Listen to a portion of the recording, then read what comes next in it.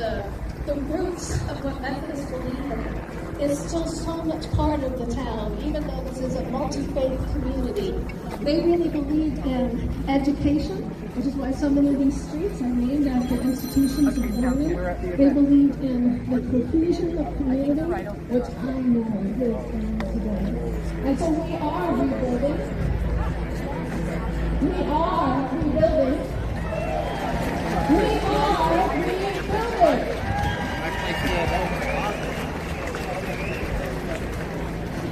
And I'm going to offer a prayer.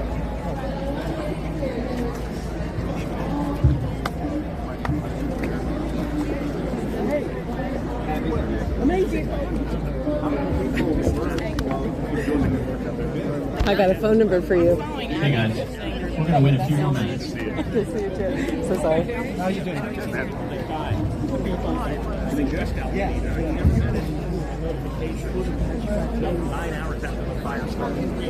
Okay, here we are, Pacific Palisades. We are now dealing with the aftermath of the fires and not a whole lot getting done.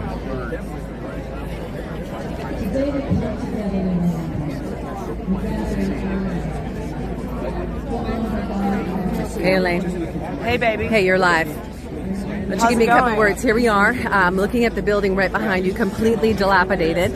We're a year in, and where are we at? We're at the Pacific Palisades at the corner of Swarthmore and Sunset. We got about maybe 2,000 people so far. There'll probably be about 5,000, I would guess. And what we're doing is we're talking about what's gone on the last year, which is almost nothing. And it's been really challenging for the people that are here, and they're upset, and they want to voice their opinions about that. Got it. And so I love that you're here. You brought a whole team with you. We've got Steve Hilton, David Serpa, Kallenberg, Lewis Herms on the way in. And let's hear what some of the speakers have to say.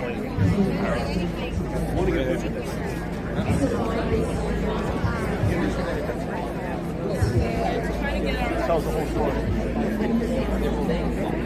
You should be fine, but you're going to be you can hold it.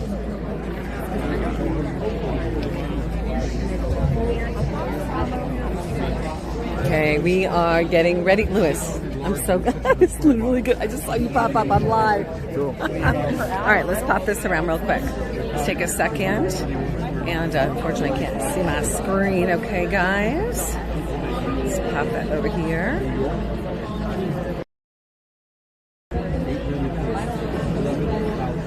And, all right, Lewis. Hello. It's a nice building behind you. I just caught Elaine Kulati. We're live right now. So we're here in the Pacific Palisades. What brings you out today on the anniversary of the fires? Well, I happened to be on August 12th. I was exactly in this spot with the only solution to stop the land grab. And people tend to got it completely ignored, but it works. It's literally on my website. It's an affidavit. It saves these people from getting their houses stolen from them. Everybody's starting to figure out now that there's actually a land grab going on. We were, Lewis, where can people find that? Just go to hermsforcali.com/Palisades, but it is on the front page. So you can just go to hermsforcali.com and you'll see Solution for the Palisades. It's right there. It's awesome. You go submit it. They cannot grab your land after that because you say right there on an affidavit that I did not abandon my home due to the fire, and you have to put it in LA County and make sure they give you credit for that. And beautiful. Great work, Lewis. Lewis Herms, running for the governor of the great state of California. We're taking California back. Yeah, I'm not in. So if you can pull this car and just walk to Swarthmore and Sunset. See, David. All right, we're live right now. The Take Your Power Back show audience. Why don't you tell me, we've got this dilapidated building behind you and everybody that we're shooting right now. So tell us a little bit about the importance of people showing up today, giving power back to the people in the midst of fires that have been undealt with. Sure. Well, the people that's the fourth branch of government. If we don't stay involved and hold our elected officials accountable, then we can expect to continue to get the same sort of fraud that we've always gotten. And so this is really about the people coming together here. This isn't about Republican. This isn't about Democrat. This is about fraud. This is about people losing their most basics of freedoms, which is the right to safety, the right to economic freedom. If you can't rebuild your own home, if you can't rebuild your own community, then what are we being taxed for anymore? Well said, David Serpa for governor. Come on, David. 650. Hang on one second. We're going to come over to Steve Hilton. 1 second. Stand by. Stand by. We're here at the Palisades Fire. They're about to start in just a moment. Steve, let's get a quick second from you. You're here live, okay, with the Take Your Power Back show audience. We've got this dilapidated building behind you. You have been sharing about California with absolutely everybody. We're dealing with fires that have left devastation. We're just about to start this event, but there's a very simple message. It's here. We need leadership. We need leadership. We're not getting it from these people. Look at this. They promised a Marshall Plan to rebuild. Nothing's happened. It's failure after failure, lie after lie. We need change in California. That's what we're all here to say. Thank you, Steve. Steve Hilton for governor, California.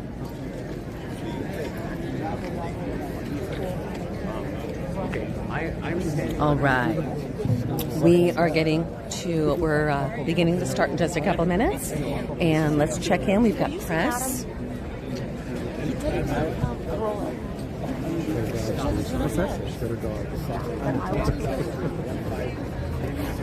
You see the sign? They let us burn. We're seeing fraud everywhere. And today, we're going to bring to light what the real issues are. And every single person that is in this space right now has the ability to take their power back. When we come together, when we gather together, we are more powerful. It's time. Local action equals national impact. This is an example, like General Flynn would say, of local action, national impact. Let's take a look.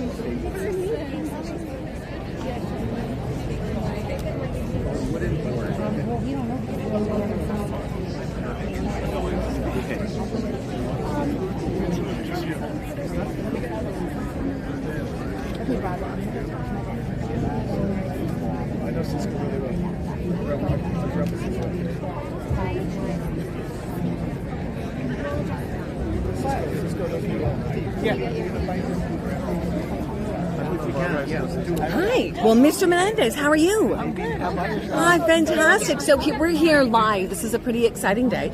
We're a year in to the from the Palisade fires. Right. What are your thoughts right now on the current response of the government? Well, for Los Angeles, the immediate head of the organization is the mayor. And, I heard her yesterday talking about talking about how this whole event is basically a publicity stunt. People are going to make money. There are all these different things. And then she says, well, today should be about healing and moving forward. Well, we can't heal as long as the insults, as long as the lies, the misdirection, the deceit, and the stalling of the construction continues. So how can we heal? In order for us to move forward, the truth needs to be acknowledged. There needs to be basically repentance for not only systemic failure, but the continued blocking of progress. And so I would ask the mayor to resign, but who would take her place? I mean, well said. When you look at her deputy mayors and these hand-picked political appointees and her department heads, I think she needs to be she has to be replaced. So today, I think this is where you have the residents of the Palisades, their friends, their supporters coming together first to reminisce about the beauty of how the community used to be, but also the shared tragedy that they've gone through, and coming together to move forward together without some of the people who are currently in office. That's right. This is about we the people taking our power back on a very local level. Yep. People need to show up. They need to vote. They need to start taking a stand, just like we're seeing today. David Menendez, thank you so much for the stand that you are. All right. An honor. All right. We are getting ready to start in just a couple of minutes. They Let Us Burn rally. This is the They Let Us Burn rally. We're here today. I'm with David Serpa, Louis Herms, Steve Hilton. We've got David Kallenberg on the way as well. And we've got some dear friends in the audience who are a complete stand for truth. Pretty amazing. Romero, Darvish, Rachel became famous. Inviting Gavin the day after the I'll be back and let you know. Yes. What do you got to say, David? Well, nothing that I can't say. I was going to keep it offline. We'll come back to that. Pretty vocal person, you know that. Yeah. Well, everything needs to be on tape. here's the great thing is, you've got these candidates showing up because you matter. We matter. This state matters. And they are willing to toe the line. David's got a full family. He's got a business. But you know what? He is literally navigating through balancing the time and energy so that he can stand in the gap for you. But it's going to take you to stand in that gap with him, to take your city, your county, and your state back. We're going to take our California back. Would you agree? Yes, ma'am. Come on.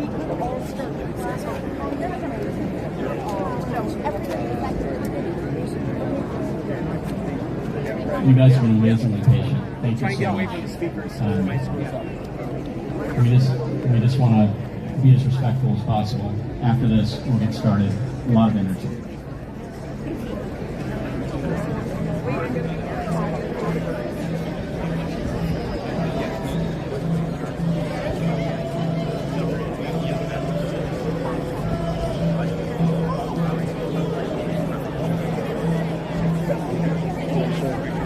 Amazing. Look at this. Not wild. Stop the propaganda. Not natural. My house burned, but my voice did not. Where was the water? That's the question. Where was the water? This Elaine.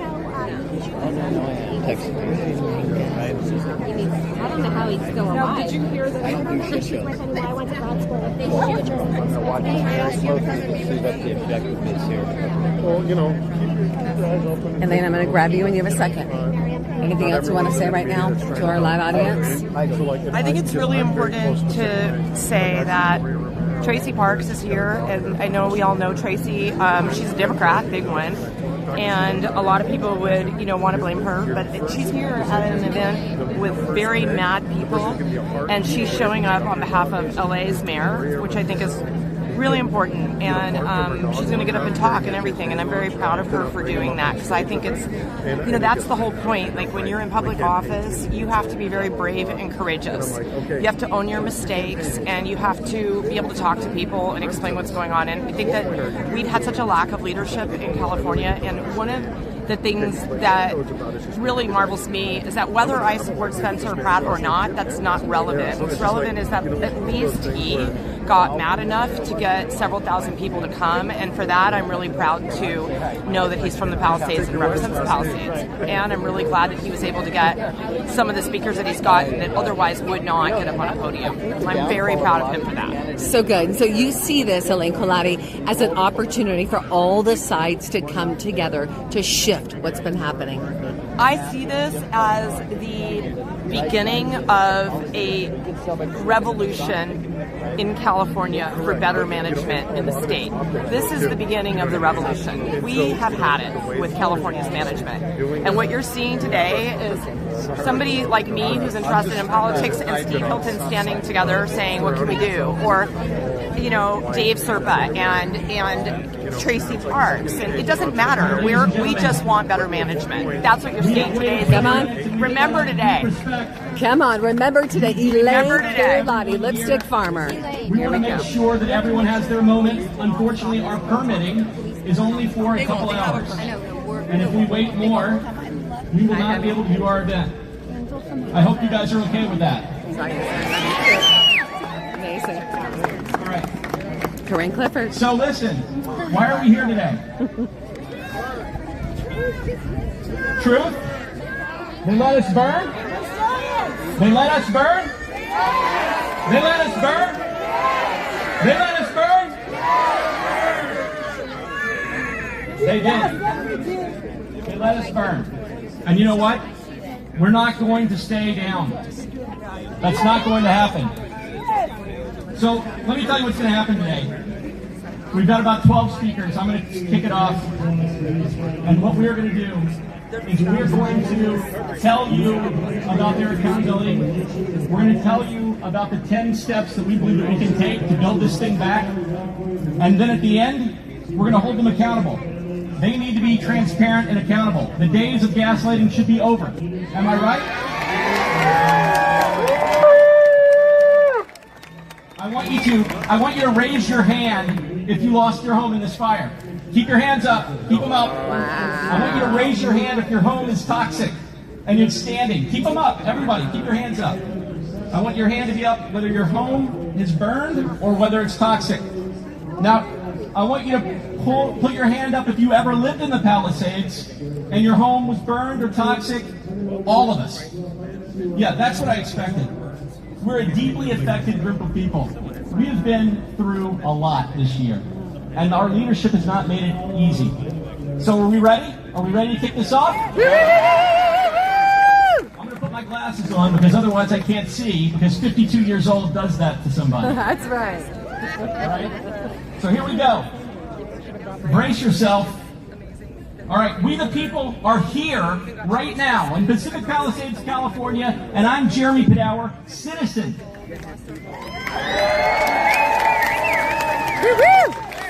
This is an old school protest demonstrating the foundation of American democracy, popular sovereignty, and the very idea that government exists to serve the people. That's right.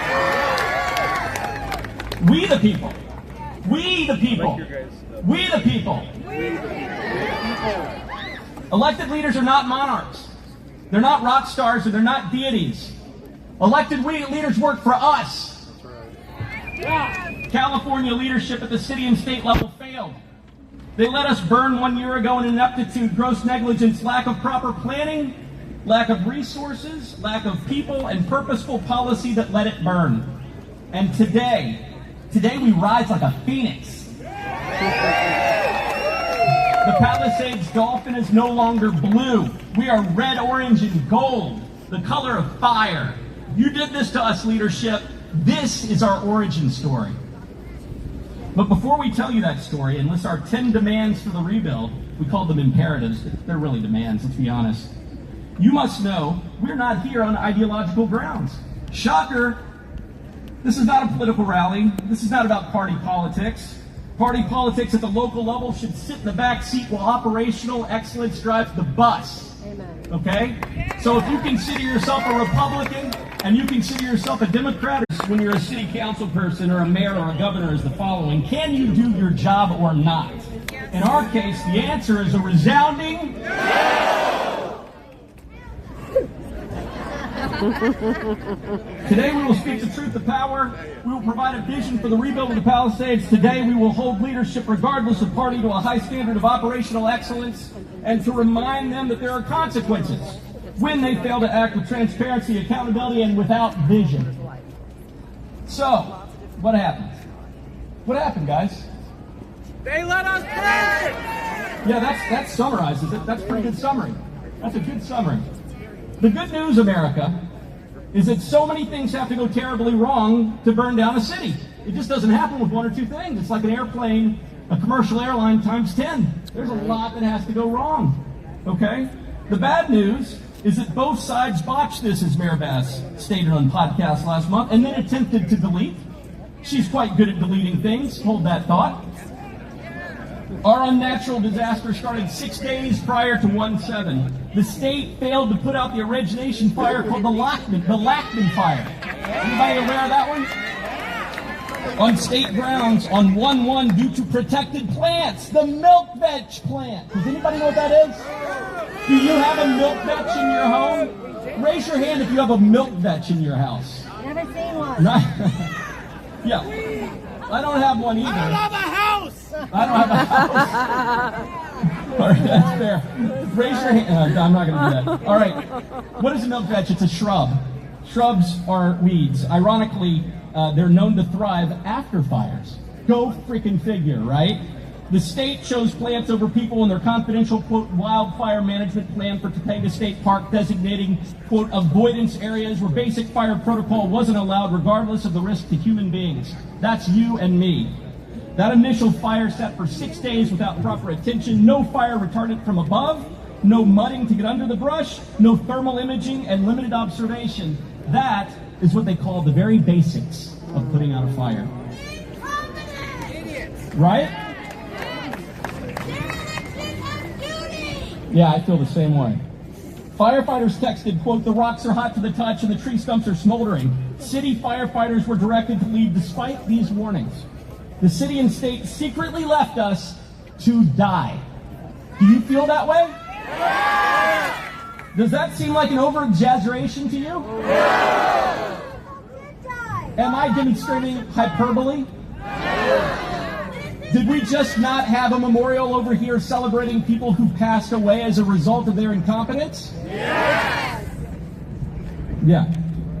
If the fire had occurred 12 hours earlier, I don't know how many of us would be here to speak truth to power. Would hundreds have died? Would thousands have died? It's possible. That's the stakes that we're talking about.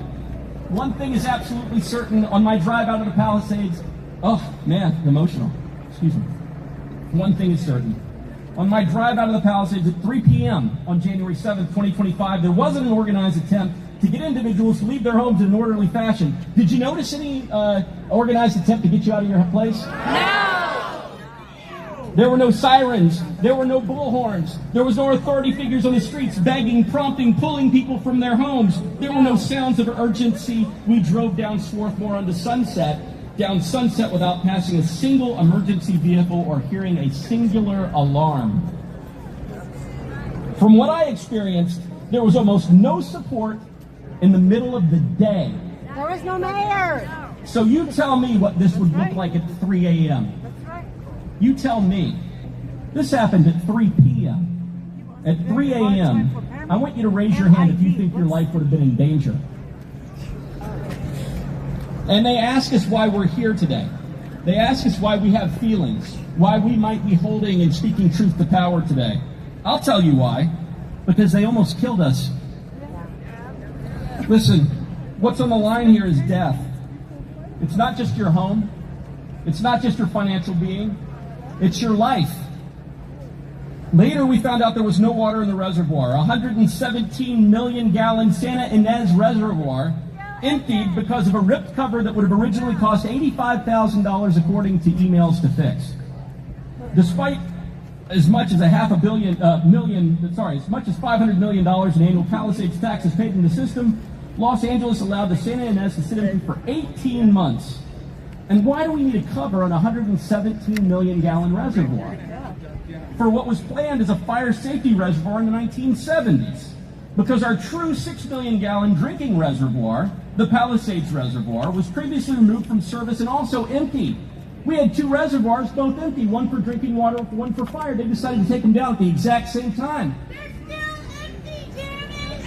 Still empty. Yeah, they're still empty. They're still empty. Yep. Talking about LID. And I mean, how about that? I mean, how does that make you feel? You guys happy? But they said it wouldn't make a difference. Remember? So, because of our true 6 million gallon drinking reservoir, the Palisades Reservoir was previously removed from service and also empty. Our leadership is inept and they are cheap. We put a lot of money out there, we get a little bit of services back. As, you know, look, my house burned that night without any support or assistance. The fire hydrant in front of our home untouched, zero evidence of anyone offering to help. I guess it's tough to battle a fire with no reservoir and empty or low pressure fire hydrants. But take a look at that building over there. Yeah. Rick Caruso's entire 4-acre commercial complex, smack dab in the center of the fire, survived in entirety. Why? He made a stand. Because they had a little bit of precaution, 10,000 gallons of water, that's half of a pool. Raise your hand if you had a pool in your backyard. I don't know. That seems like a lot of people that could have been helped. Okay, I'm looking at somebody right now, he's sort of tall. He helped save his own home. Look at him. I see you, Richard. Yeah, look, there are people out there that saved their own homes and neighbors' homes with cool water and buckets.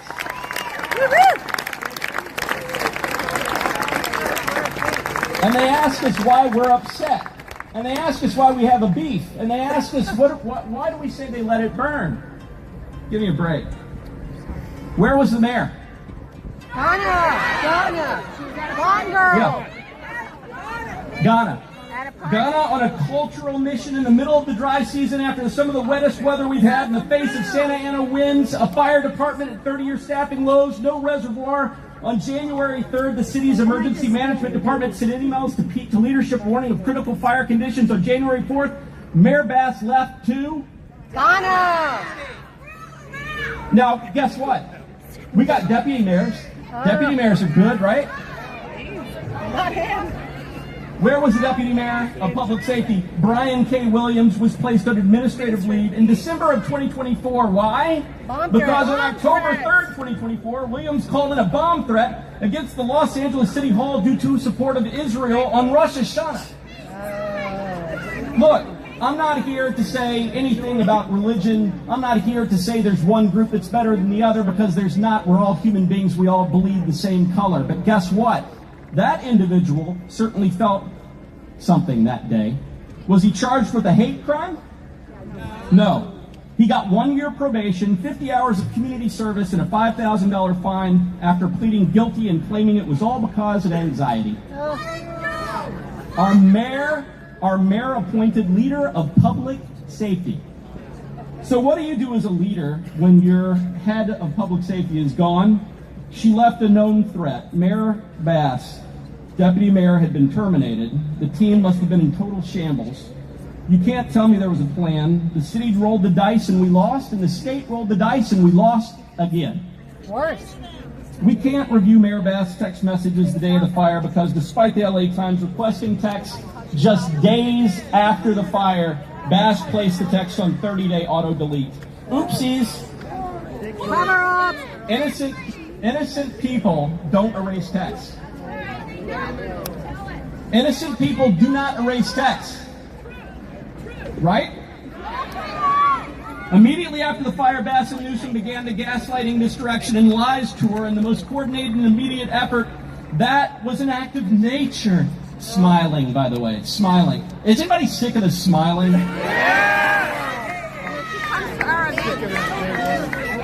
This was an act of nature. This was an act of God. This was an act of human-created climate change. This was because you have too many plants in your yard. This was because you use the wrong building materials.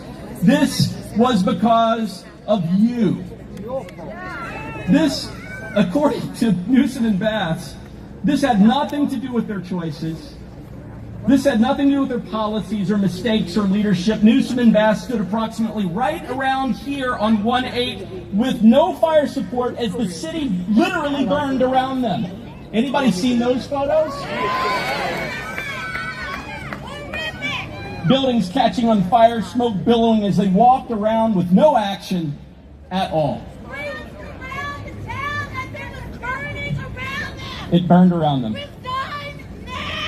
100%. I believe humans impact the world around us. Okay? Raise your hand if you think that humans impact the world around us. I'm not saying you have to sign up for any particular theology or ideology. Okay? Listen, I believe humans affect the world around us. We're sitting in the middle of concrete. This was not what God put here in the origination. Okay? But guess what? That was not the reason we burned down that day. All right. Most of us believe that. You're talking about a bunch of Californians here, okay? If Newsom and Bass truly believed in climate change, would we really have such a low priority on our emergency response? Would we really have our fire department at 30-year staffing lows? Would we have no prevention precaution on the day of the fire? Would we have no brush cleared? Here's the answer. There's no conviction. Okay? Conviction is about what you say and what you do. Both. Say and do. And here we had a failure of do. There was no do here. So Baston claimed that this was the fastest cleanup of all time. Oh, yeah. Here we are 1 year later with less than 5% of homes permitted and less than 5% of burned out lots sold. That's 90% ambiguity. How about this? How about this? Raise your hand if you have any ambiguity when it comes to your home, burnt out home, condo, or anything else. Any ambiguity whatsoever. Raise your hand. Yeah, that's what I figured. I talked to the Army Corps of Engineers. I congratulated them. I even fell for it a little bit, saying Bass was helpful. And the response from the foreperson was, listen to me, the Army Corps has absolutely nothing to do with your mayor. We're a federal government agency. So many lies, so much misdirection. Why? Well, while all of those things may be true, there are two reasons that stand out. Number one, to avoid massive litigation. They don't want to have to pay you. They don't want to have to write a check to you. Even if you're not here today, they don't want to write a check to you, here or not. Number two, they want to avoid a stain on Bass's re-election campaign and on Newsom's presidential run.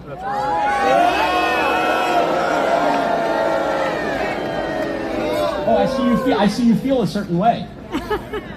And you know what's interesting? This is not a crowd of Republicans, and it's not a crowd necessarily of Democrats or independents. We're human beings today. We're Americans. 100%. All right. We must hold our parties to higher standards. All of us. If the only plan is to attack the other side, then your side acts with impunity, and that's what occurred here. They're acting with impunity. That's a rough way to treat the people that put you in office. I'm a toy maker. I bring people together through their imagination, through play, shared experiences. I'm not an advocate. I'm not political. They opened my eyes. They did this to us. They burned us down, and this is our origin story. All of us. After the fire and the gaslighting, many of us removed all the hats, not red, not blue. I've written 75 articles on PacificPalisades.com. I hope that was hopeful. I hope that was helpful. Citizen journalism helps unravel crimes. Spencer's here.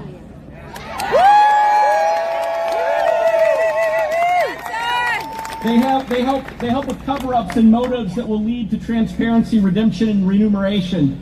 We can sit back, hold hands, and take it, or we can fight back together on operational grounds, not ideological grounds. We can fight back on independent grounds. We can hold our own party to what they owe us, which is at the very, very least accountability, transparency, and honesty. Okay. Hold yourselves to a higher standard and do not accept lies. The failure of 1725 cuts us deeply, but the gaslighting and lies since have greatly aggravated that wound. 1 year later, post-fire lot values have declined 30 to 40%. Insurers have been presented limited vision, and our city and state have acted opportunistically with punishing and confusing ordinances after ordinances after ordinances, furthering gaslighting that somehow this is our fault. It's not. The governor called us opportunists. He calls us opportunistic plaintiffs. We're opportunistic because it's our fault. In fact, the mayor yesterday called me a profiteer. Well, it hurt my feelings. I mean, sorry, I'm smiling. It hurt my feelings because well, it didn't. It did not hurt my feelings. Listen, when people look at you and say something to you, it's only as valuable as the source. Right. Okay. Being called a profiteer, I paid $40,000 for this. Okay.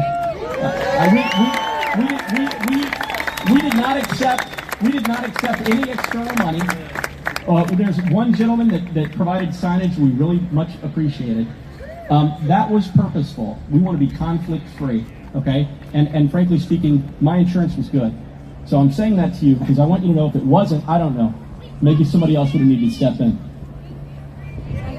But there you go. So does that sound like a profiteer to you? I didn't feel like one. One side holds all the information, blames and punishes the other. That is an unhealthy relationship. We're not opportunistic plaintiffs. We're the actual definition of victim. That's who we are. But guess what? We're also survivors. And you know what? And you know what? in my experience, there's a lot of victims out there. I'm sure a lot of you have been victimized in your life, and you're standing here today, which makes you a survivor. That's who we are. We are survivors. That's the reason why we are dolphin blue, but we're also red and gold. We are a product of fire. Come on. Well said. We the people are harmed, we the people are determined, and we the people are united. We the people have a vision for the rebuild. The vision will maximize the percentage of our community that returns. We want every single resident who desires to return to the Pacific Palisades to have that opportunity. Woo! So what is our vision? 10 things, call them 10 imperatives, call them 10 demands. Steve, thank you for being here to listen to us today. You know what? There's not a lot of people that came here. There's not a lot of people who even reached out to us. The fact that you're here to hear these demands means in case that you are elected, at least you listened.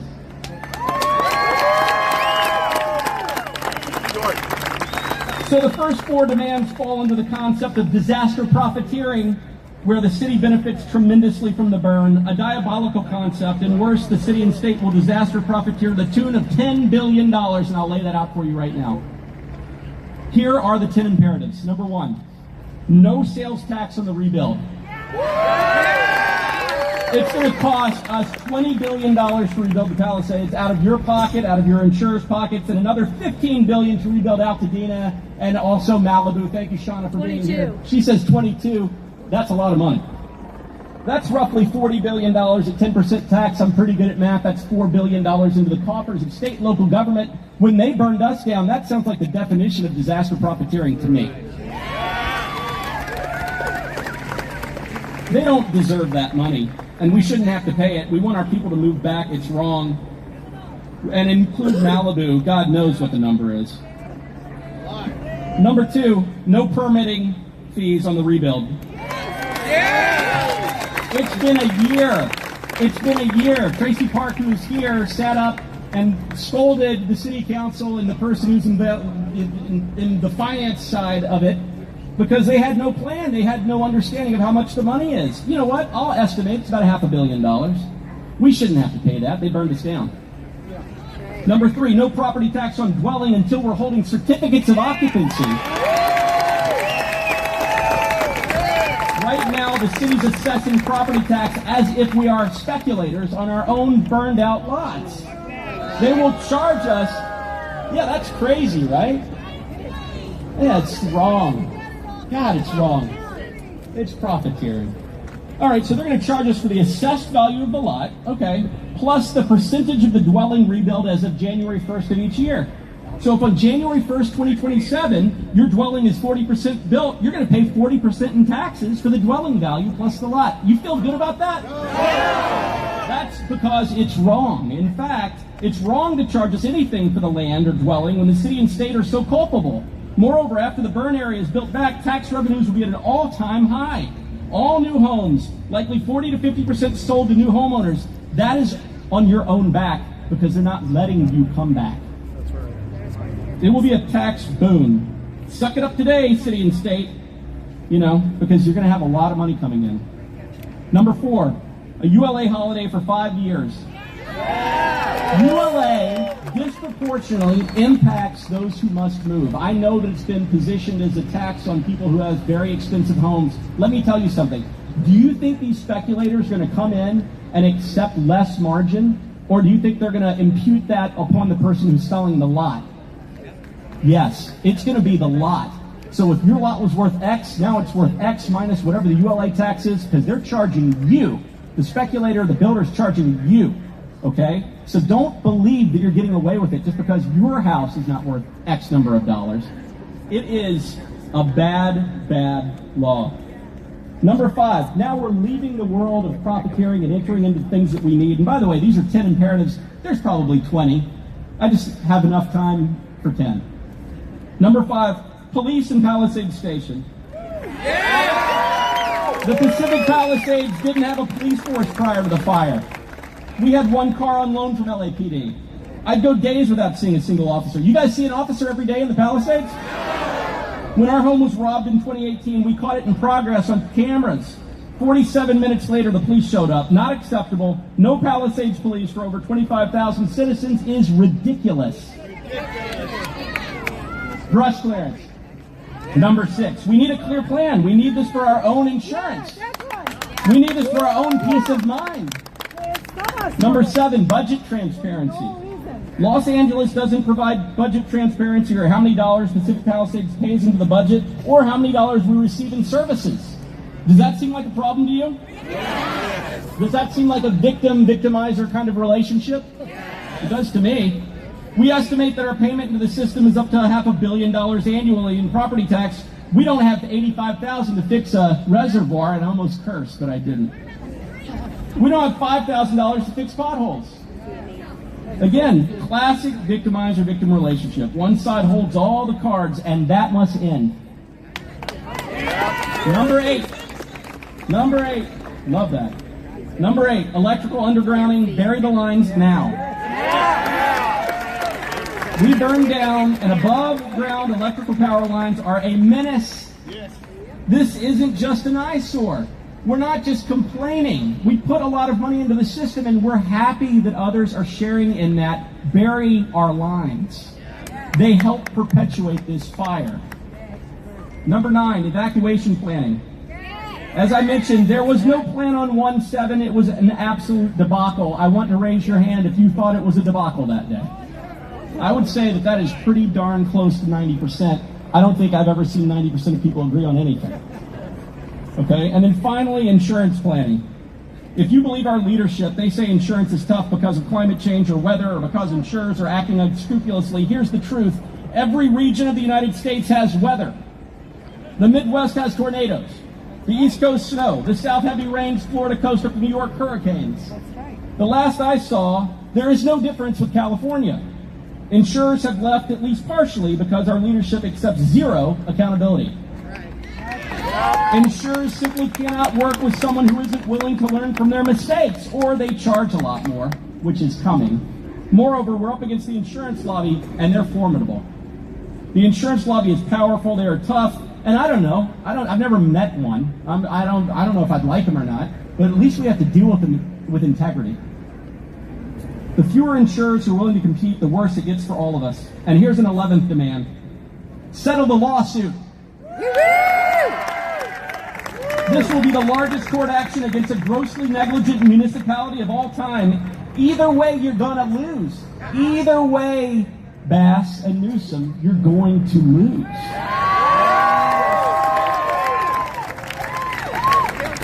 With settlement, you work with the people.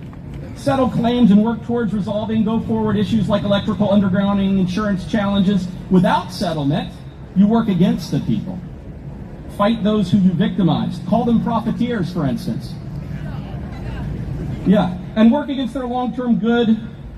And you know what? This is going to go down as the most extensive leadership failure in the history of the United States of America.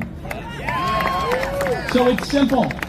It is never too late to do the right thing, ever. Accountability, remuneration. My brother tells me I say it wrong every time. Vision, collaboration, that's what we the people of the Pacific Palisades are asking for. And that's echoed across the burn scar. Your burn scar. Today, you're going to hear the Palisades residents' destroyed homes, condos, Palisades mobile bowl estates, standing homes, wrought with toxins. You'll hear from local merchants, lead attorneys in our trial against the city, former heads of law enforcement for Los Angeles. You'll hear from our friends in Altadena, from advocates, business people, and politicians. And we have all one thing in common. And what is that? They let us burn! What is that? And we're coming back. So,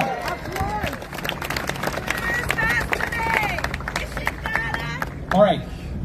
So we have a lot of people here who are very, very passionate, and they're going to come up and talk one by one. I think the first person I'm going to bring up is Miriam Engel. And Miriam reached out to me after seeing the PacificPalisades.com and said, "Hey, would you like to be a part of a rally?" And I said, "Yeah, let's do it."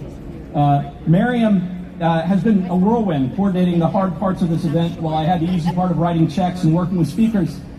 Professionally, Miriam is a media network senior producer and bureau chief. Please give Miriam a big round of applause.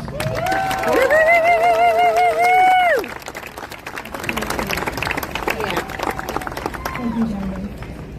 Thank you for your partnership and thank you for your generosity. We couldn't have done this without you. Thank you all for showing up with your voices. Thank you all for showing up with your voices. Thank you for showing up with your hearts today. We named this demonstration, They Let Us Burn, not only because the Palisades fire was a preventable disaster, but because... Okay, I'll try to speak as loud as you. Sorry. Just talk into the microphone. We named this demonstration, They Let Us Burn, not only because the Palisades fire was a preventable disaster, but because our community has continued to be burned long after the flames went out. For the past year, survivors have been burned again and again by a lack of transparency, accountability, and real support from the institutions meant to protect us. No one in the Palisades has come out of this unscathed. Families are emotionally exhausted and financially crushed. Our lives have been upended, our neighbors and friends are scattered, and dignity has been stripped away in the struggle to rebuild. That is what this moment is about. They let us burn. And let me be clear, this is not a partisan issue. We are upset with our local and state leaders, but we are also disappointed by the federal government. Federal aid for fire survivors is being stalled while billions are approved to go abroad. If this administration believes in America first, then Los Angeles should not be last. Well said. Now, I'd like to take a moment to give a shout out to some heroes of mine. The morning after the fire, on January 8th, as my husband and I fought to put flames out on our property, a yellow truck pulled up and 3 guys jumped out and started helping us. There was only a dribble of water coming out of our garden hose, but those men helped save our home. We learned they worked with Councilwoman Tracy Park, and they were dispatched to help residents however they could. Yeah. We love you, Tracy. One of them, Sean Silva, gave me his personal cell number and continued to communicate with us for days. The winds were strong and we were anxious. But every time he drove by our house, Sean texted, "Don't worry, your home is still standing." When the winds died down, he helped us try to find housing. That is an example of the kind of empathy and leadership we needed. So for us, this is not about left versus right. This is about right versus wrong. We'll give credit where credit is due. The voices you'll hear from today reflect a range of experiences, but they share one truth. This is a unified community calling for accountability, honesty, and reform. Thank you for standing with us today.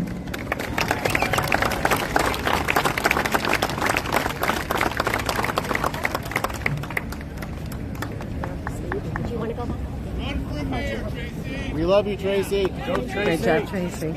Great job. Okay, so Tracy Park has joined us. And I think, Tracy, we're live. Thank you for all you do.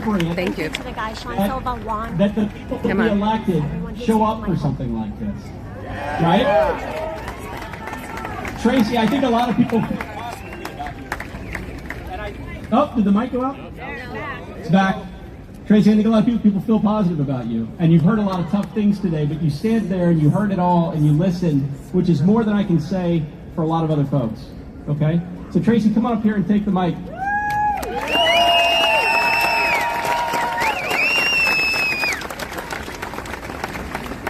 Thank you, Jeremy, and thank you all for being here today. Thank you, Tracy. You're welcome. You're welcome. You know, there were some folks who didn't want me to come here today. Yep. There were some folks who didn't think this was the right way for me to spend my time today. But you know what? I'm looking around and what I see are victims of the worst tragedy in our city's history. And what I see are people and families who continue to need our help. Yes. What happened on January 7th was catastrophic failure, and to pretend otherwise is just insulting.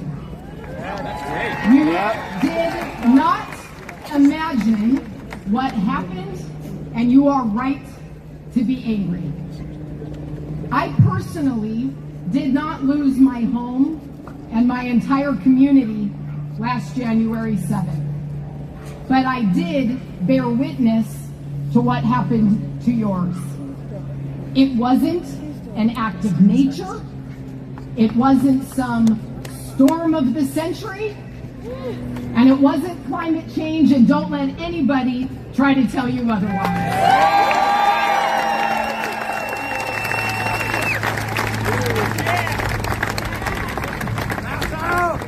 It was decades of ignoring warnings and obvious risks, adding more and more density without adequate evacuation routes or infrastructure, failing to adequately fund public safety and emergency management, an unmitigated fuel load that exploded like a bomb, botched evacuations that created chaos and even more destruction, dry hydrants, an empty reservoir, and our firefighters left helpless to fight fire without water.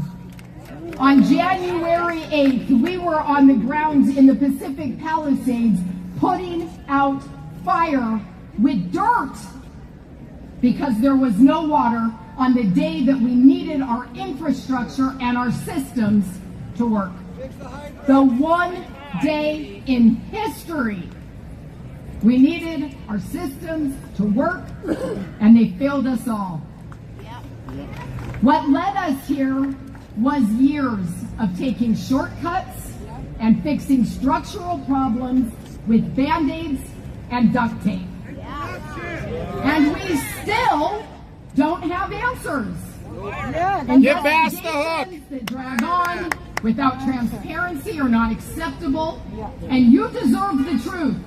So keep showing up, keep demanding answers, and keep demanding accountability.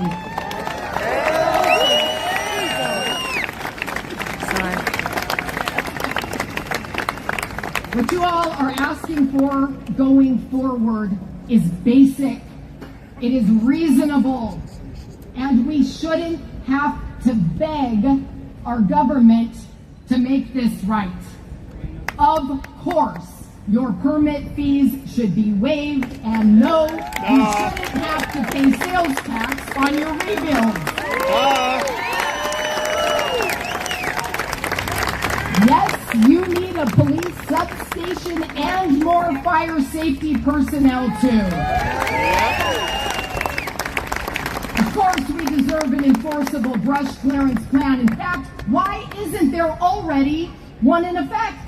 It's a miracle that no one died in that evacuation, and it's even worse because the gridlock and choke points were already known from prior emergencies. So when you ask for more comprehensive evacuation planning, that is actually not enough. Your town is gone. Developers are circling like vultures looking to profit by adding density. We have to be so very careful as we rebuild your future. We have to stick together in demanding that safety and adequate modern infrastructure are able to support whatever comes next. We cannot let Sacramento or City Hall turn the Palisades into a policy sandbox where safety is sacrificed for ideology. I want a gas stove. Friends, right. And we your don't want fight an LID. is my fight. They stop my I am your permit because advocate, and my LID. goal is to get you home. So let's take this anger and let's end this culture of half-assed solutions. Let's set new standards for responsible development. Let's value our police and firefighters with the resources they and we deserve. And let's demand that our government spend our money wisely. That's what you deserve, and I am proud to stand shoulder and shoulder with you in the fight to get it.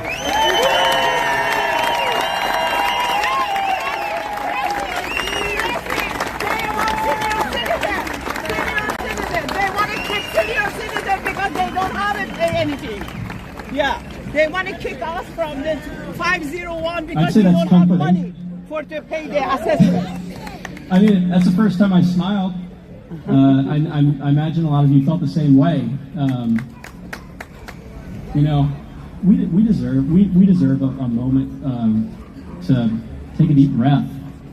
You know, we deserve that. I got to tell you, it's been a long year, right? So here we go. Now I'm going to introduce someone who is such a sparkling jewel of a human being. Okay, Jamie Geller. You know what? I didn't need my glasses. What the heck? I read the whole speech with my glasses. Jamie Geller is a Palisades resident. Never mind. A Palisades resident. She is a proprietor. In fact, her store was right there. It's gone. Jamie Geller Jewelry has served the Palisades for as long as I can remember, bringing joy to so many. Jamie, Mike, and their 3 children lost their home in the fire, and it should have never, ever happened. So, Jamie, we love you, and we can't wait to hear from you. So, come on up.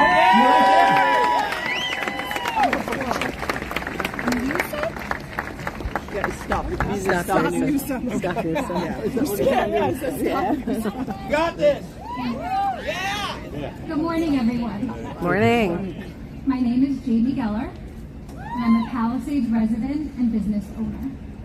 And I'm honored to be here today. I just want to say how proud I am of this community for coming together and showing up for one another after this preventable tragedy. There is no place I would rather live, and it's not because of the beautiful views and climate. It's because of our incredible community. And we will be back. Obviously, it will take time and it will be different, but we will be back. Like so many of you, my family and I lost our home and our business in the Palisades fire.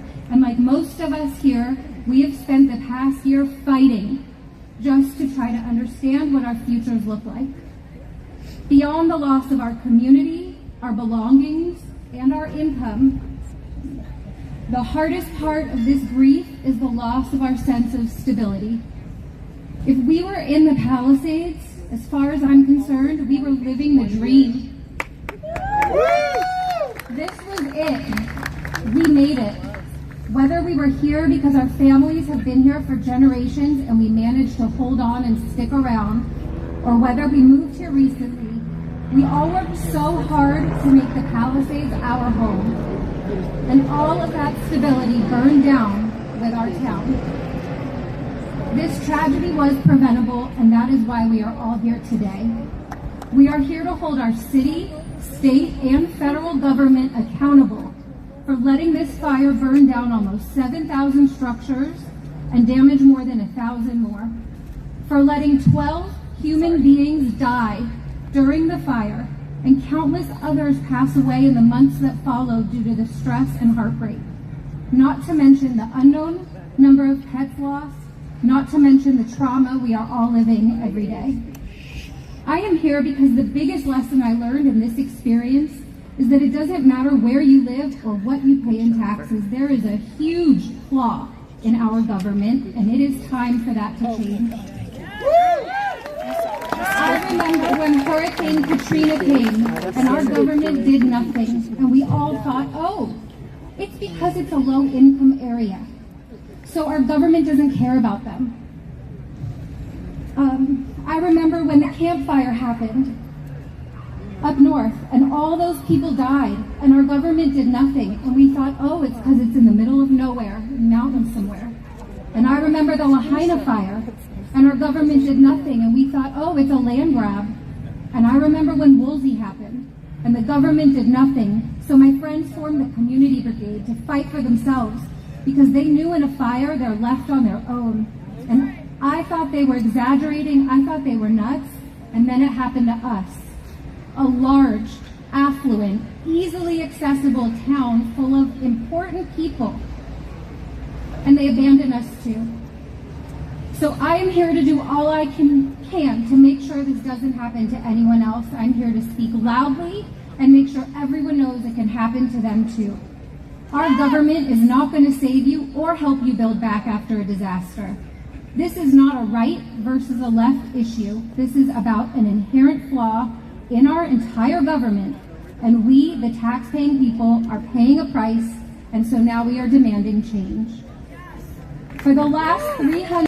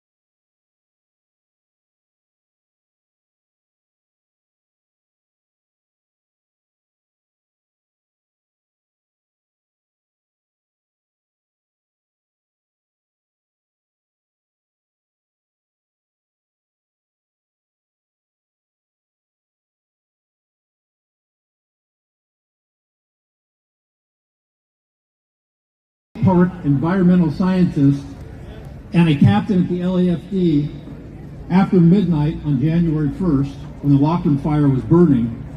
And the State Park environmental scientist texted the fire captain and said, "You're not going to send any of your bulldozers up here, are you?" And later that morning he responded back and he said, "Heck no, that area is full of endangered plants. I'd be an idiot. I'm very well trained." This has been an unspoken, unpublicized, secret policy for years between state parks and the LAFD that in Topanga State Park, it's hands off. They don't bring bulldozers to cut a containment line, and they limit what firefighters can do during the mop-up, all for the sake of a plant that, by the way, got nuked anyway on January 7th.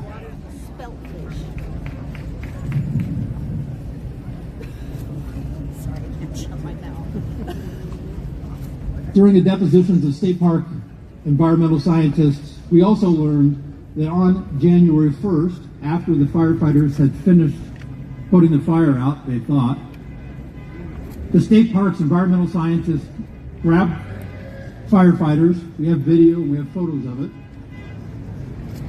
and said, "Hey, will you take some of that brush that you just cut from the containment line and drag it back over and cover up the containment line?" And I said, "Why would you want the firefighters to undo the work they just did? They just cut a containment line to make sure that the embers and the heat doesn't spread." Woo-hoo! And he said, "Well, we're concerned about hikers coming in and we don't want them to hike down these trails. And so we want the firefighters to cover up the containment lines and put flammable fuel back on a containment line." This is our We the People team. This is our We the People team. Yeah. I just want you guys to know what's going on. You saw a lot of flags. Those are students from Cali High that are walking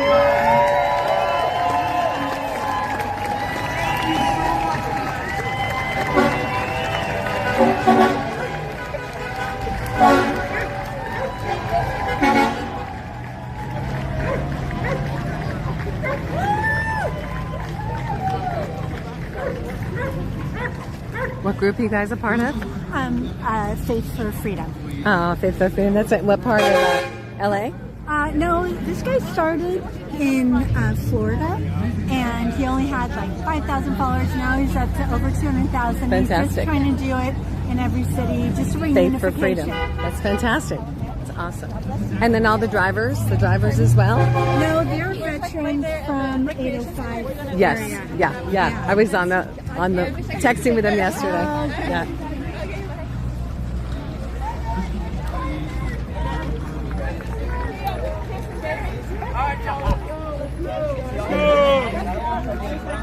Car behind you. Well done, everybody. Well done. Well done. Well done. Well done.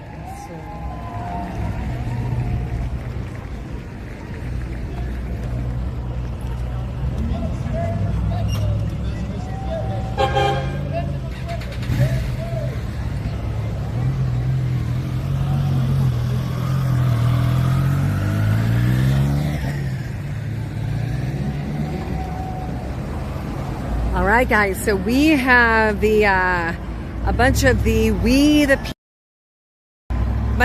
People community groups that are coming out today and doing the drive-bys. So, and then we've got just groups of patriots that are saying, "Hey, I'm going to take a stand for freedom," and that's exactly what they're doing. People are showing up. That's key. Show up, stand up, and speak up. So good, so good. They're going to make their roundabout again, so I want to catch them when they make their roundabout. Let's go back to the rally, and let's just get a little taste of what we're looking at. This is an example of a fire burn. Here we go, hang on. Pacific Palisades, devastation.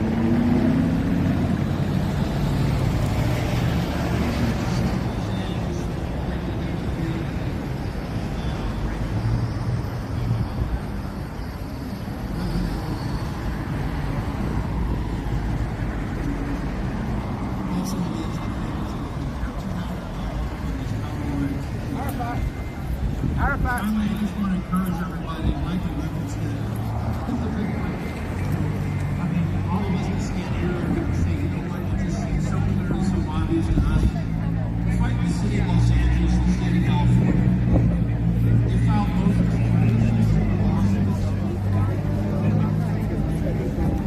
there's going to be a hearing. You have to say it's so dedicated. Spring Street Courthouse, 312 North Spring Street, it's the old federal courthouse next to the 101. I want to encourage everybody to be there. It's at 1:45 p.m. on February 5th. February 5th at 1:45, Department 7 before Judge Smith, the Jester, at the Spring Street Courthouse in downtown LA. Show up and bring your voices, because this is the time that you need to be heard. This is the time when we want to see the fire victims show up and say, you know what, this matters to us. This is important. We're not going away. God bless you. Thank you very much.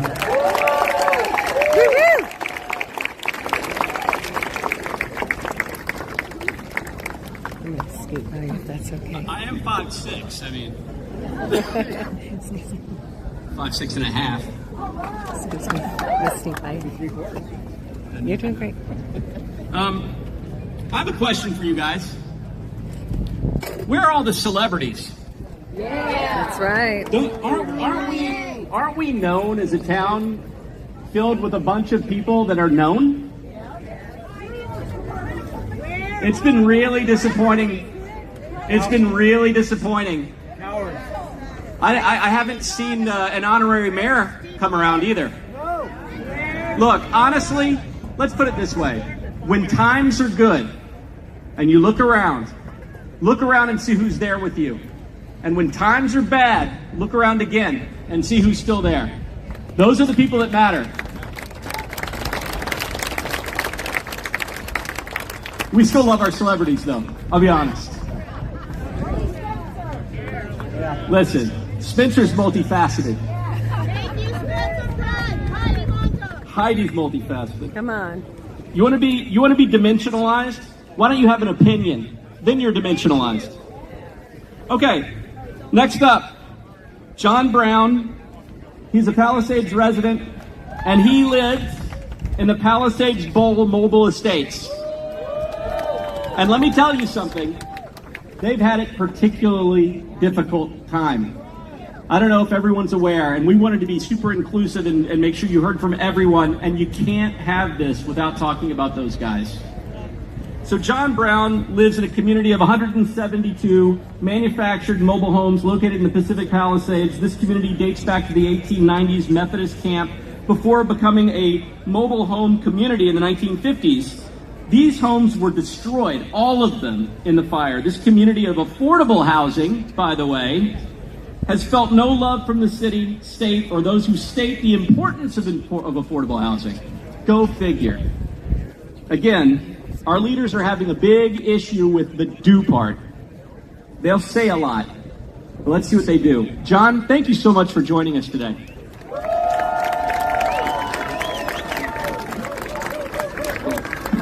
Hey guys, John Brown. Oh my God, so good to be here. Wow. It's 12:30 right now. This was a bad time last year. I have kids. I had a daughter at Methodist preschool. I had a son in kindergarten at Palisades Elementary. I was in Marina Del Rey at the time, and I had to drive back and evacuated the kids. And I saw all you guys. We were running around this village trying to get our kids, trying to get our family, maybe grandparents, and trying to get out of here. And, I just want to say that and kind of let that sink in for a second, because, I'm having a visceral reaction to this moment right now, and to see you guys. And thank you, Jeremy. Thank you. I asked my daughter, she's now 6 years old, and I think it's so important that we give the kids a voice. The kids don't have a voice. They're kids, right? And they lost all their shit, and their homes, and their schools, and their yogurt shop, and their pizza place, their churches, their temples. There was a Beach Street Pizza was over here. Pally Skates was over there. That's all burned down. And I'm not going to get into, some of the specifics about who's to blame, because these guys have made an incredible point. that it seems very, very obvious to me that this was preventable, right? So I don't need to make that case. We have extremely smart people. Thank God that there's a lot of attorneys in this town. I don't know if anyone's ever said that before. And I guess it would be weird for me to announce my mayoral candidacy now with Spencer, but I'm just going to drop out and I'll get behind him. I absolutely love this town. I'm not a rich guy. I'm not a famous guy. My wife and I hacked our way into this town. I was living in West Hollywood. I said, I found a house. It's like a few $100,000. It's on the beach. It's in the Palisades. And she's like, you are high. What are you talking about? And I said, I'm telling you, it's in this mobile home park, and it's really cool, and the people are amazing. I see some of those people out here. My buddy Ben, who I think he had 80 surfboards, and I think most of them burned, and I'm sorry about that, Ben. And Barry, one of our seniors, we were a mobile home park of, I don't know, I think there's about 25 to 30% senior citizens there, at least. We have to do a survey and run it. And also Tahitian Terrace and Malibu Village, right? So these three mobile home parks that were a character. I mean, Jeremy explained the history behind it. We don't want this town to come back as something different, right? You guys want it to come back as the Palisades as it was. And it's complicated. I mean, all the people that were renting, that were in apartments, that are in the Highlands, that were in townhomes, that are in very complicated situations. We need the government. Look, I teach my kids to make amends. Not to say I'm sorry and run away, right? My son and daughter, they fight with each other. I'm sorry and run away. No, that's not how we do it. We make amends, and that's by admitting where you were wrong and then making it right. So let's make it right. I want to see the government really come in, and I will say, Tracy Park, Senator Allen, these people have stepped up and really, they've tried, and it's such a broken system, and each one of us, we're here, we show up, that's like 90% of it, right? We show up, and we'll keep fighting. That mobile home park, there's owners of the park, and then we rent the land, right? And we own our homes that are on it. And, he hasn't been the most cooperative. And, he also, I think, is in a position where it might be difficult financially. And we need the government entities and leadership to help us motivate them. And so we need to have them continue doing that. And the other thing I want to say is, my kids are at Pali Elementary. LAUSD has been amazing. They had, the day of those fires, we evacuated our kids, and Principal Herman, who is the principal at Pali Elementary, she got on the phone with LAUSD, and it was a Tuesday the school burned. That night was horrific for us, right? We knew what was happening here. I was in Valencia at my mother-in-law's house. We watched the house burn basically on TV. We watched the whole park go down. We couldn't believe what was happening in the Alphabet Streets and that it was ripping through the town. Then on Wednesday and Thursday, we're like, where are we going to live? Where do we go?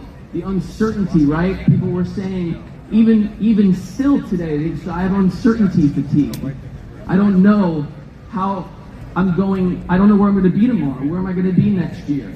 And with Pali Elementary, I will say that they got us over to Brentwood Science Magnet, which was a school that was 80% empty. And they set those classrooms up for us and got us into temporary school for our kids, right? Our kids got in with their teachers, and we got into a temporary situation, which is temporary. And they've been amazing. But we want to come back home. That school is a really important school. I bet you there's a lot of people here, their kids went Pali High, right? People move to this town for the schools. They come here because the schools, the public school system here is amazing because they're charter schools. Look at this, the kind of enthusiasm that these kids at school have for the town. This town will come back following the schools. They need to be a priority. Come on, we the people. The timeline has been very agitating, to put it lightly. The Pali Elementary is supposed to come back now, August of 2028. They originally said January of 2029. We pushed them. They're saying now fall of 2028. Village School is saying they're back January 28, right? So another broken system, a public system that moves slower than it needs to. So we need to keep pushing on that. And one of the things that they have not confirmed is what's going on with the standing building. We've been asking them. There's a standing building there. Thank God that it didn't burn down. We can save that building. But what's going on behind the walls? They keep brushing us off. Go into the walls. Give us a thorough analysis of what chemicals. The New York Times just did a huge report on a home in Altadena where they tested the people's hair because the insurance company said they could move home, and the kids had arsenic and lead in their hair. How can you? They're spending $140 million to rebuild the school, which, by the way, is a beautiful design. It's going to be amazing. But look, guys, what's with the nickel and dime? Let's just get in there. Let's push them. LUSD, guys, let's not find out in 10 years that our kids have cancer and now our taxpayers are paying for lawsuits because kids are getting sick, right? So let's put maybe, a few $100,000 to replace the HVAC system, which they're saying they're not going to replace. Insane. Get into the walls. Let's take it down to the studs, maybe. My friend Rick Caruso here is taking it down to the studs, right? Private versus public institutions. Let's act like that, right? UPS seems to run a lot better than USPS. So, and then secondly, the school here did not have a full kitchen. It had the food that was served to the kids are microwave food. We are at Brentwood Science Magazine right now. My kids are eating well-cooked, healthy food. We've asked for them to build a kitchen. They're spending $150 million on a new school. Let's make a new kitchen. Let's give the kids a full kitchen. We've been getting so much pushback on this. It doesn't make it. How many times have we had to say in the past year, this doesn't make any sense? This doesn't make any sense. Let's start making sense of this. I will say that the residents from the mobile home parks are going to get together at 1 p.m. today across the street from the park. And Palisades Renewal Center is an amazing place. Please lean into that, guys, if you need any kind of help. I've been going there because my head needs it, and I feel that it's an amazing place. So Palisades Center on Nebraska. I hope you guys know about that, and sorry, I know I went on a little bit, but love you guys so much. Thank you.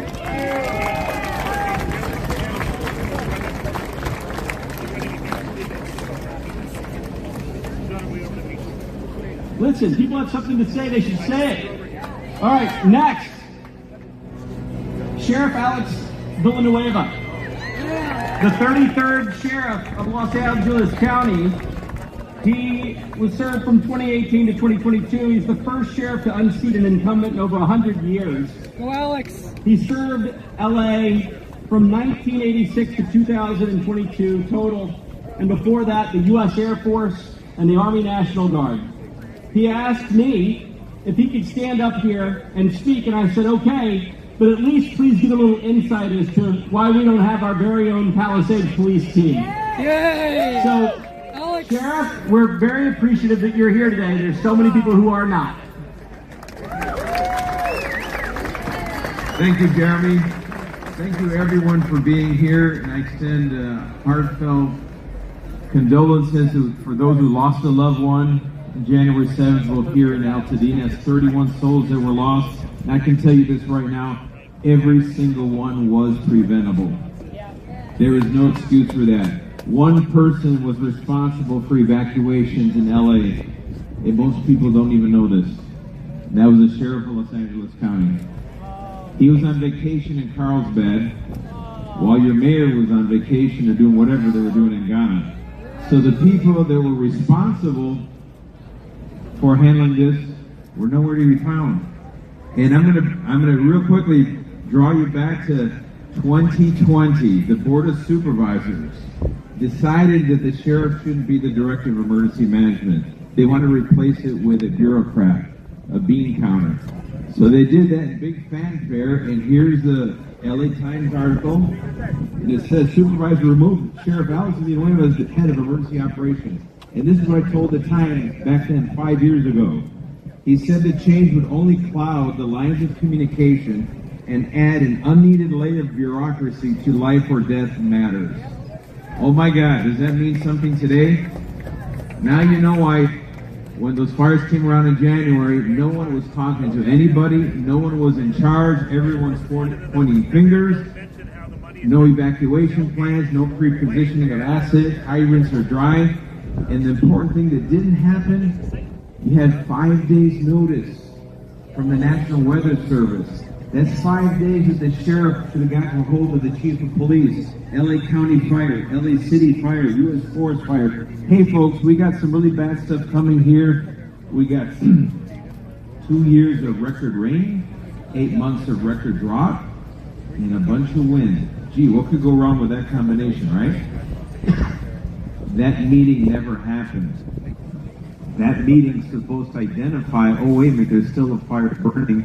Maybe we should put it out. Maybe we should have plans ready for the people who cannot leave their homes, that are homebound. All these things did not happen. So who had to figure it out on their own? Deputies on the ground, LAPD officers on the ground, CHP that was not there to get the traffic running so people get out of harm's way here in the Palisades. This should not happen again. So, excuse me, I'll make it real simple for you folks. Leadership failed. You gotta hold leadership accountable. Mayor Bass needs to feel the sting of not having the job of mayor. Lindsay Horvath needs to feel the sting of not being supervisor. So she failed you as well. Governor Newsom needs to feel the sting of not being elected official anymore. Only when you get these people removed from office, you'll have the undivided attention of the people that replace them. Until that happens, we're wasting our time, folks.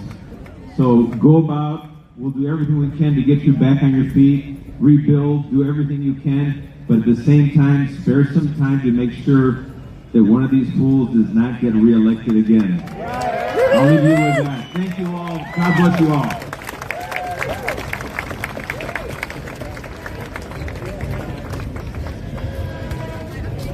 You know, you're in the crowd and you meet certain people, and I just want to say one thing.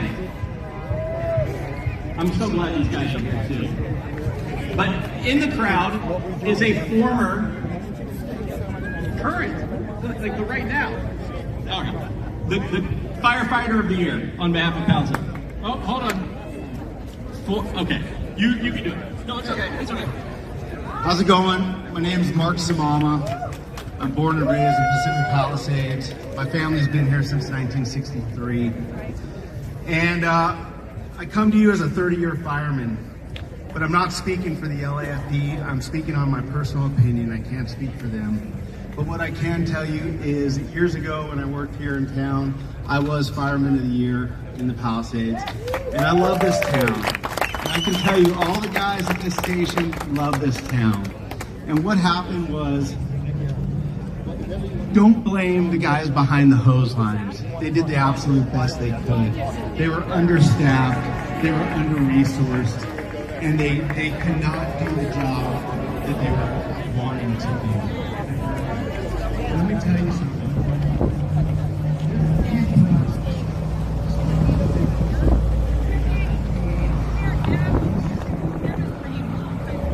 What was that? Hi, I'm Luke. Hi, Luke. Nice it's to so meet good to you. meet you. She's so awesome. She knows everybody, and she's brought so many people to the So Palisades. kind. And she's like working really hard for the conservatives in California, and she's here in, Democratic Ground Zero, and we're trying to kind of flip the tide a little bit. Yes. We're not Yes. looking. You hear posts on social media? So I am. You're live right now. Tell us a little bit about you and what you're bringing to take down the fire. Sure. I'm a contractor here. I've been working here since day one of the fires. Come on, Luke. when the Army Corps came in here and tried to do the big cash grab and started destroying everybody's property, I was here waving the flag. So we did a ton of private cleanup. We're rebuilding houses. And most importantly, we're sticking it to Gavin Newsom and Karen Bass for all their failures. Well done. Luke, what's your full name? Luke Belcher. You can follow me on Instagram, TikTok. Fantastic. Luke Belcher, so good to meet you. What an honor. Thank you. Come on. It's about taking our power back. Belcher right there. Oh, that's awesome. Got him. You guys see him? There he is. Go get him. Follow him. Come on. Thank you. Okay, tell us why you're out here today. You're a prominent person here. We all stand with you. So thank you very much, and thank you for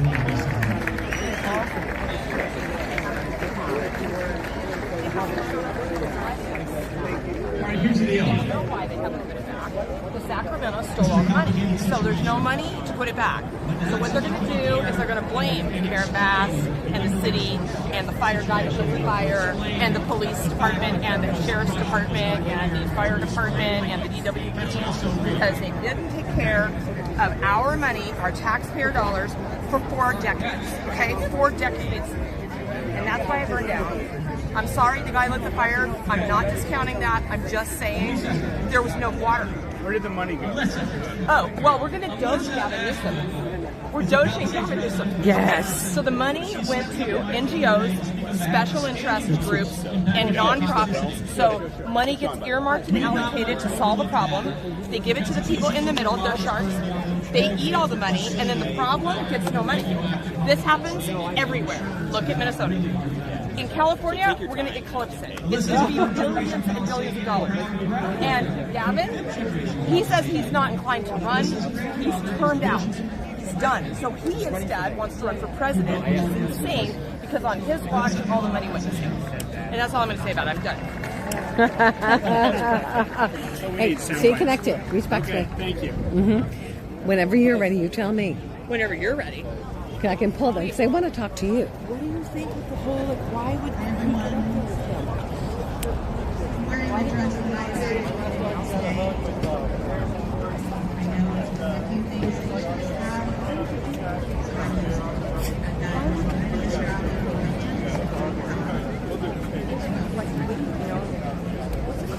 play your cards close to your chest.